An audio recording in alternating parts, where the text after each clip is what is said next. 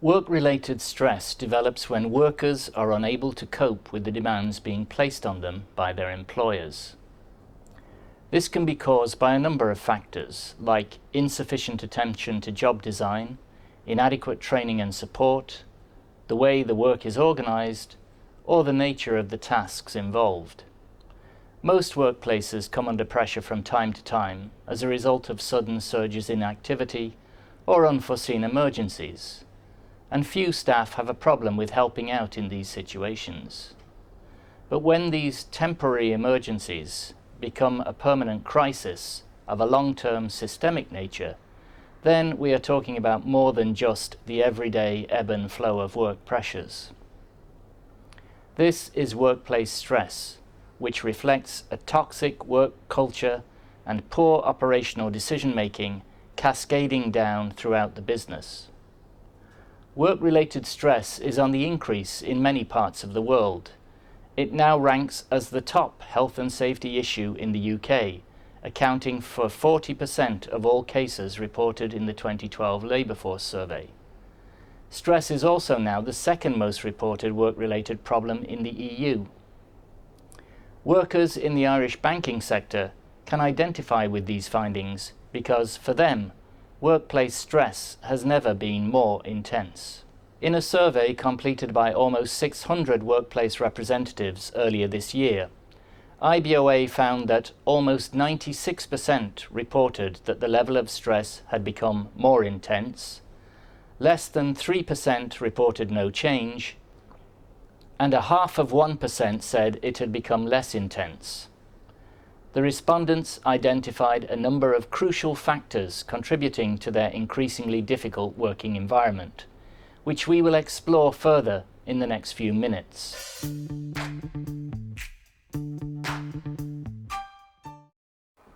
Too much work, not enough staff to complete the work on time.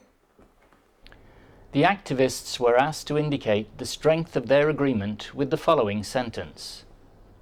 Staffing levels in my workplace are sufficient to handle the workload. 4% strongly agreed and 23% moderately agreed.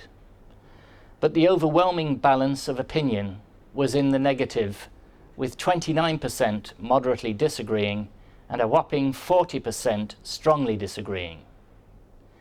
If we simplify this result by removing the not applicable category, then we see that 71% consider that staffing levels are not sufficient. This is partly to be expected in a sector which has endured an unprecedented level of job losses since 2008, with many more on the horizon. But, the accountants will tell you, banks are doing much less business. They're losing money after all, so of course they need far fewer staff. Well, if the profit and loss account was an accurate reflection of the level of activity, that might be true. But of course, it isn't that simple, least of all in banking. Staffing levels are far too low to deal with the workload. Long-term stress leave should make employers know there are serious problems. Every day there is someone close to breaking point, and being told to just get on with it is no way to treat people.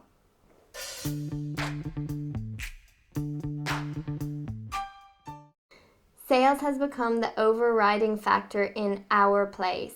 It doesn't matter whether there are enough staff to handle the counter and queues or not. Staff are taken off to make calls.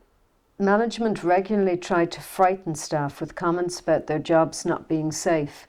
They also push staff to get sales where it's nearly impossible, telling us that senior management know the staff that are not achieving sales targets. That's horrible.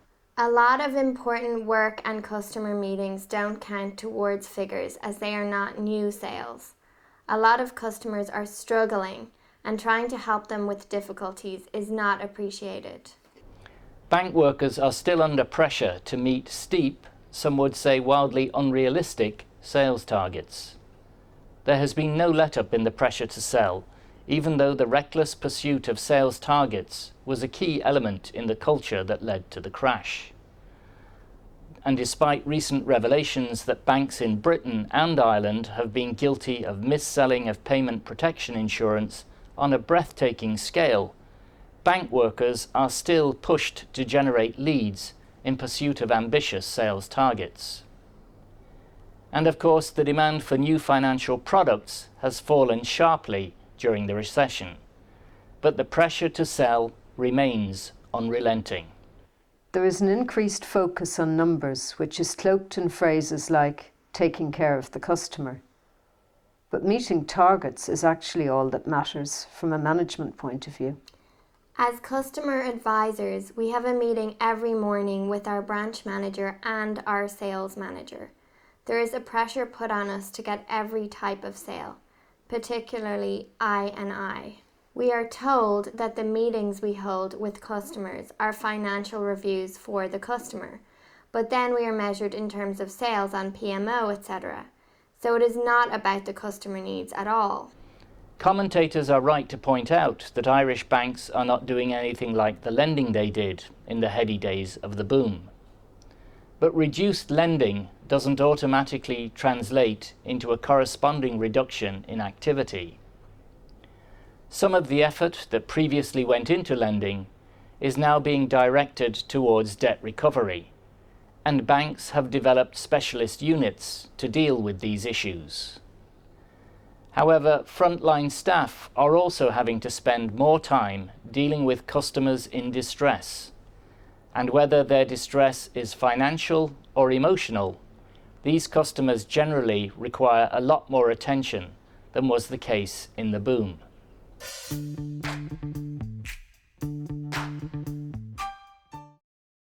To have to deal with abusive and distressed customers on an ongoing basis is detrimental to employees' own mental health, like having to pick up the phone to someone crying and threatening suicide because they can't pay their mortgage.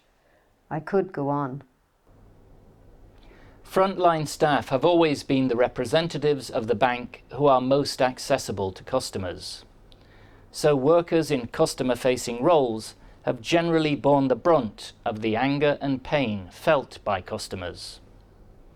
In the early years following the crash in 2008, it was the reckless behaviour of the disgraced former leaders of Irish banking that triggered the abuse of bank workers, which was largely verbal but occasionally physical. As they faced financial distress due to being unemployed or trapped in negative equity, customers took the opportunity to vent their anger or to express their heartbreak at their sudden reversal of fortune. In our survey, 69% of IBOA activists reported having direct experience of abuse by customers. A similar percentage have indirect knowledge of customers abusing staff in their area. And when we combine those with either direct experience, indirect knowledge, or both, it pushes the total figure up to 78%. This confirms previous surveys by IBOA in 2009 and RTE's Daily Show in 2010.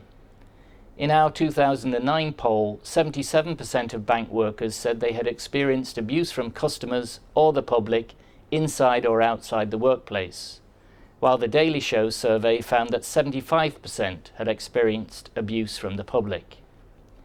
In our 2013 survey, our activists confirmed that bank workers experience abuse both inside and outside work, sometimes in social settings and sometimes at the hands of perfect strangers in the street. Most of this abuse is verbal, but just under 4% of those reporting abuse said it involved some physical threat. I received verbal abuse on a commuter train from a member of the public after seeing my staff lanyard. I no longer wear that lanyard.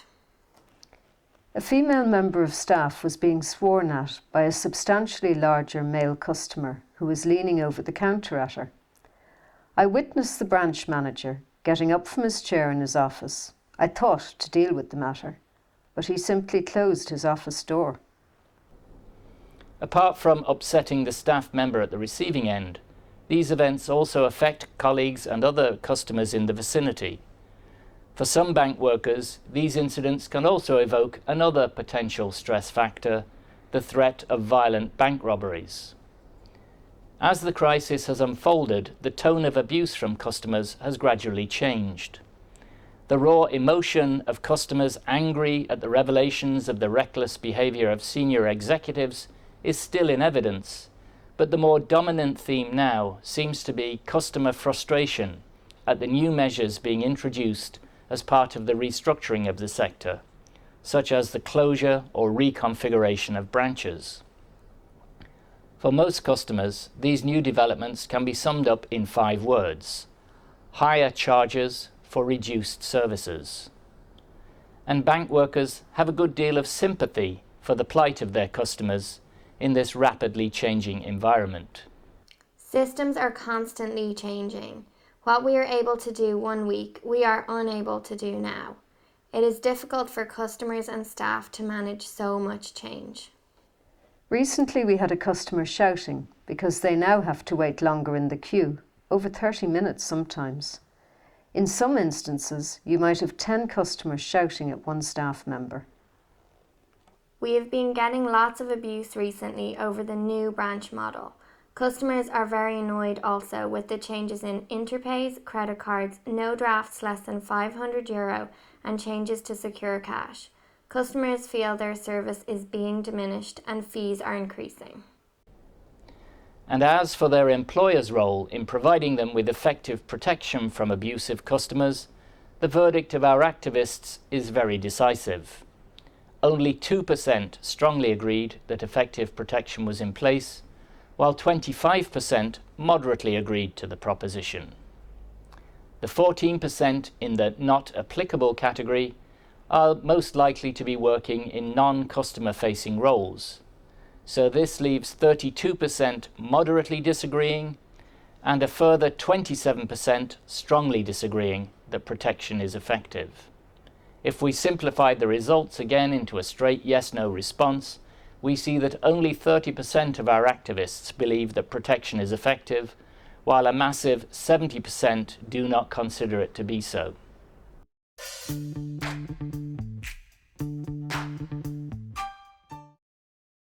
I have met with customers who openly admit to contemplating suicide and have knowledge of people who have committed suicide due to financial pressures. Bank workers are now far more likely to have to deal with customers in distress over their serious financial difficulties. 67% of respondents said they had direct experience of customers in deep distress in their workplaces. 74% also had indirect knowledge of colleagues in their area dealing with very distressed customers. Combining these two elements, we see that 80% of respondents either have direct experience or indirect knowledge of incidents involving customers in deep distress. Some of these customers are in such distress that they are close to suicide. But aren't bank workers trained to deal with customers? Well, generally yes, according to 72% of our respondents. But what about training to deal specifically with distressed customers? Well, it's almost the exact opposite, with 71% of respondents saying no, and only 15% affirming that such training is in place. And if we simplify the figures by removing respondents in non-customer facing roles, then the disparity becomes even more stark, with 83% of respondents declaring they lack specific training to deal with distressed customers. There has been no training for staff in dealing with irate and stressed customers who feel we are pushing them out of branches. Staff are doing extra work with no benefit and no thanks, always asked to do more and more.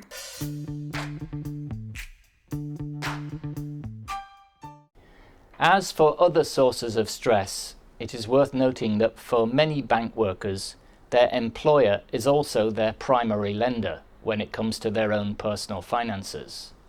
So in pressured situations, this could create a further tension in the employer-employee relationship than might otherwise be the case for workers in other sectors.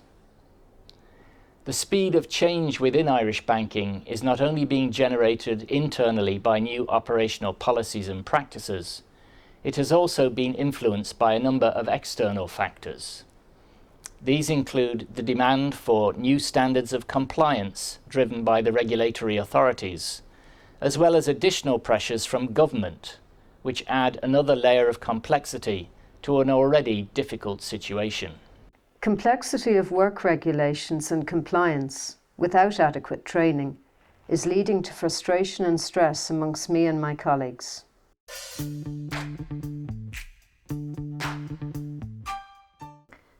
Showing signs of stress is seen as a negative on the employee rather than the system. So how are employers in Irish banking responding to workplace stress? We asked our activists to indicate the strength of their agreement with the following statement. My employer is taking appropriate steps to ensure that workplace stress is addressed satisfactorily. Once again, the consensus is clear. Only 1% indicated that they strongly agreed that the employer's response was satisfactory. 16% moderately agreed with the proposition, 6% had no opinion, 32% moderately disagreed, while a whopping 46%, almost half, strongly disagreed. If we simplify those numbers into a straight yes-no response, then 17% say their employer's response is satisfactory, while 83% disagree. This negative evaluation of their employer's treatment of stress is also reflected in comments from respondents. The bank has changed unbelievably in the past couple of years. It has become a very cold place to work. There is a tough shit attitude to staff and customers alike, and I detest every day now. So much so, I have applied for voluntary redundancy. Staff do not feel comfortable in an environment where there is no transparency in relation to career prospects and there is no attempt by the bank to boost staff morale. Negative, unbalanced communication adds to the feeling that staffing concerns or issues are not taken seriously. And in the absence of proper support from their employers, it is little wonder that frontline bank workers tend to take their problems home with them. Occupational stress is not something you can switch off as soon as you leave the workplace. It generally spills over into other areas of life, including home, family, and relationships. We asked our activists how often they found themselves thinking about customer-related workplace events during their free time. 34% said very often, 24% said moderately often, 34% said occasionally, and only 7% were able to switch off completely.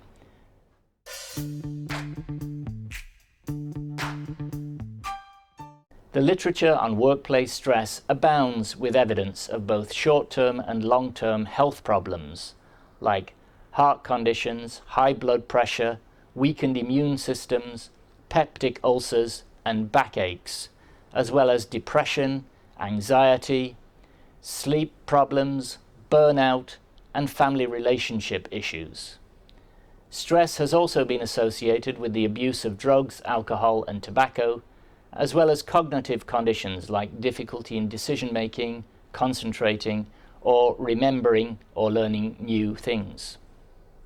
We asked our activists if they were aware of colleagues in their area having received medical treatment for work-related stress. 76% said yes, and 24% said no.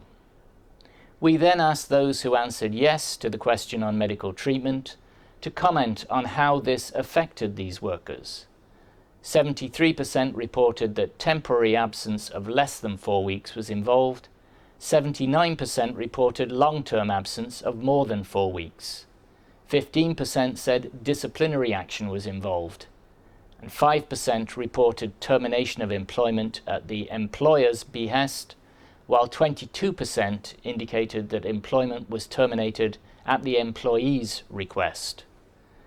These figures indicate a personal and professional tragedy for many workers.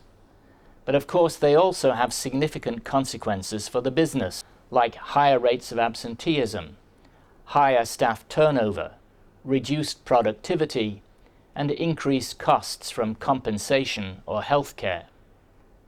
All of these consequences can also affect the bottom line. So a smart employer, and not even a decent employer, mind you, ought to recognize the value in addressing workplace stress effectively.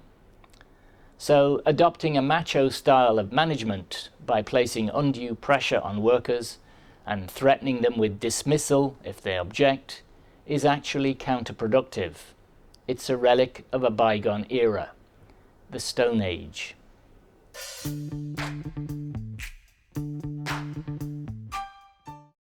There's no acknowledgement of the extra length staff are going to in personal time, with no overtime paid, and covering roles in addition to their own roles.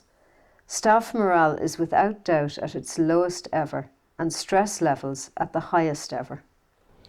Bank employees are working in a vicious circle where reduced staffing levels lead to poorer services to customers, which in turn give rise to abuse, demanding more staff time, which exacerbates the impact of reduced staffing levels. At the same time, they are being pressured to reach extremely ambitious sales targets, with the implicit or perhaps sometimes explicit threat to their future careers, or even to their jobs themselves. I have worked in the bank for over 20 years and have never seen the level of stress of employees that I am experiencing at present. While management and branches are aware of it, they are like ordinary staff, insufficiently trained to cope with it. Although it is clear from the survey that some branch managers fail to treat staff with respect, there are others who feel equally as stressed as their staff, if not more so. Some branch managers who took part in the survey feel they are in a real dilemma, as they are forced to pass on the unrealistic demands of higher management in order to meet targets that are largely unattainable and for little or no personal reward. In our final table on respect, you will see that on balance, local managers receive a fairly high rating from our activists.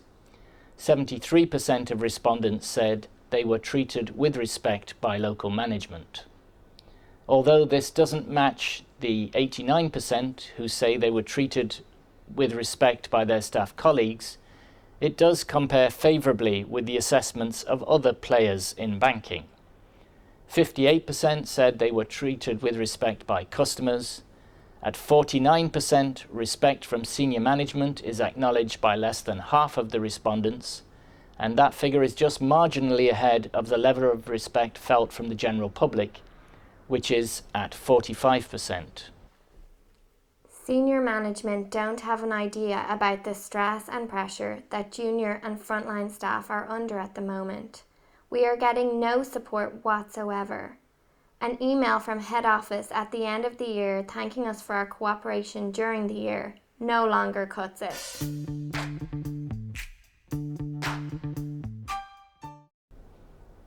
In a checklist for conducting a risk assessment for workplace stress, the Republic's Health and Safety Authority identifies what should be happening in a workplace where stress is being managed properly.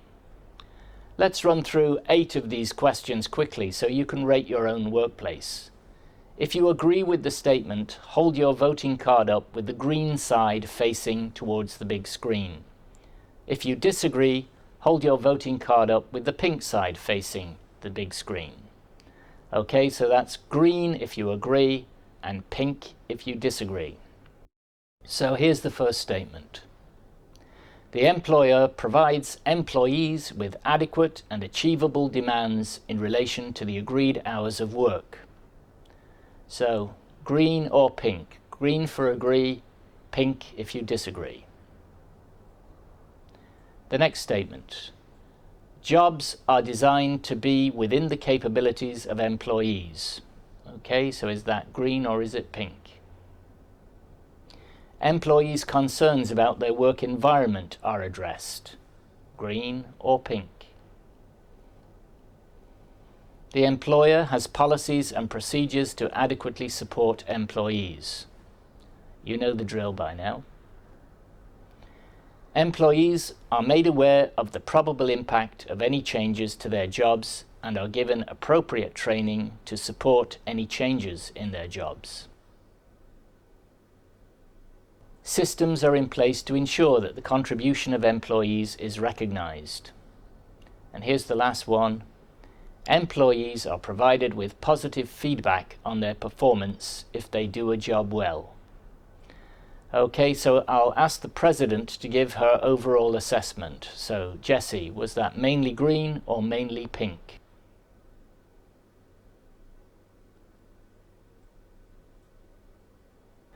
While that was a little different, there is a serious point to be made here. The Health and Safety Authority is not a particularly radical or idealistic body. It certainly could not be described as a partisan trade union body. So the statements you have just considered are not intended to describe some utopian wonderland, but nothing more than a working environment where stress is managed at a safe level.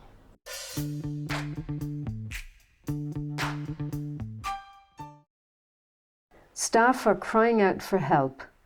They are all in fear of speaking out in case they are transferred or disciplined. Staff are constantly worried about making mistakes in branches and losing their jobs. We need help now more than ever. Please do more than just send faxes strongly opposing what the bank is doing. Our straw poll here, taken along with the result of the survey of union activists, indicates that stress is a major problem in the workplace. At its core, it is a matter of health and safety, but clearly it also raises significant industrial relations issues. We have seen that employers, government, and even the regulator bear some responsibility for various aspects of the problem. But we too have a responsibility to try to respond to our members' concerns.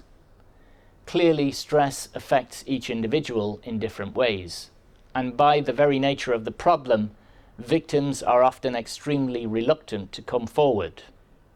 Of course, it would be so much easier to deal with from a union perspective if members did stand up for themselves, but it doesn't look like that's going to happen anytime soon. So in the meantime, we have to find a way to transform an individual complaint into a collective issue, especially when it occurs on a systemic scale. That's the challenge. It's difficult and it's complex, but if we could find a way, we could make a real and tangible difference to the working lives of so many of our members. Our Research and Information Department already logs incidents or events which give rise to workplace stress, when they are reported.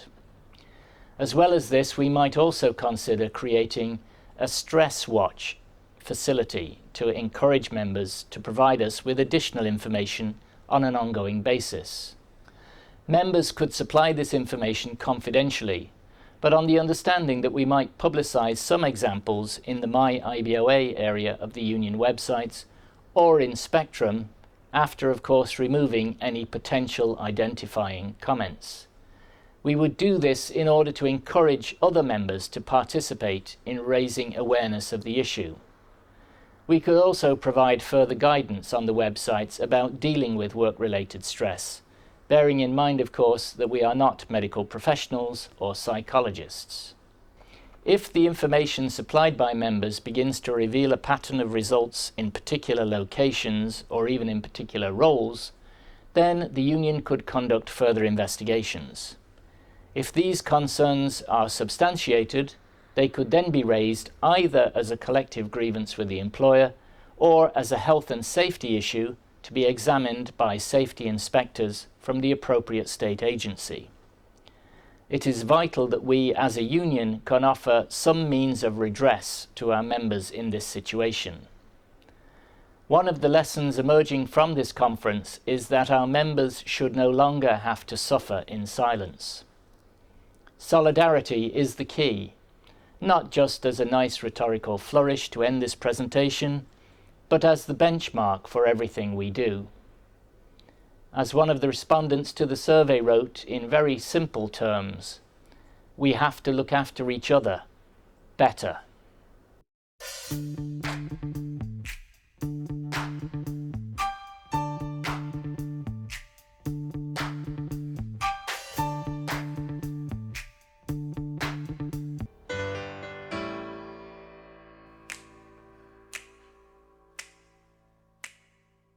shop.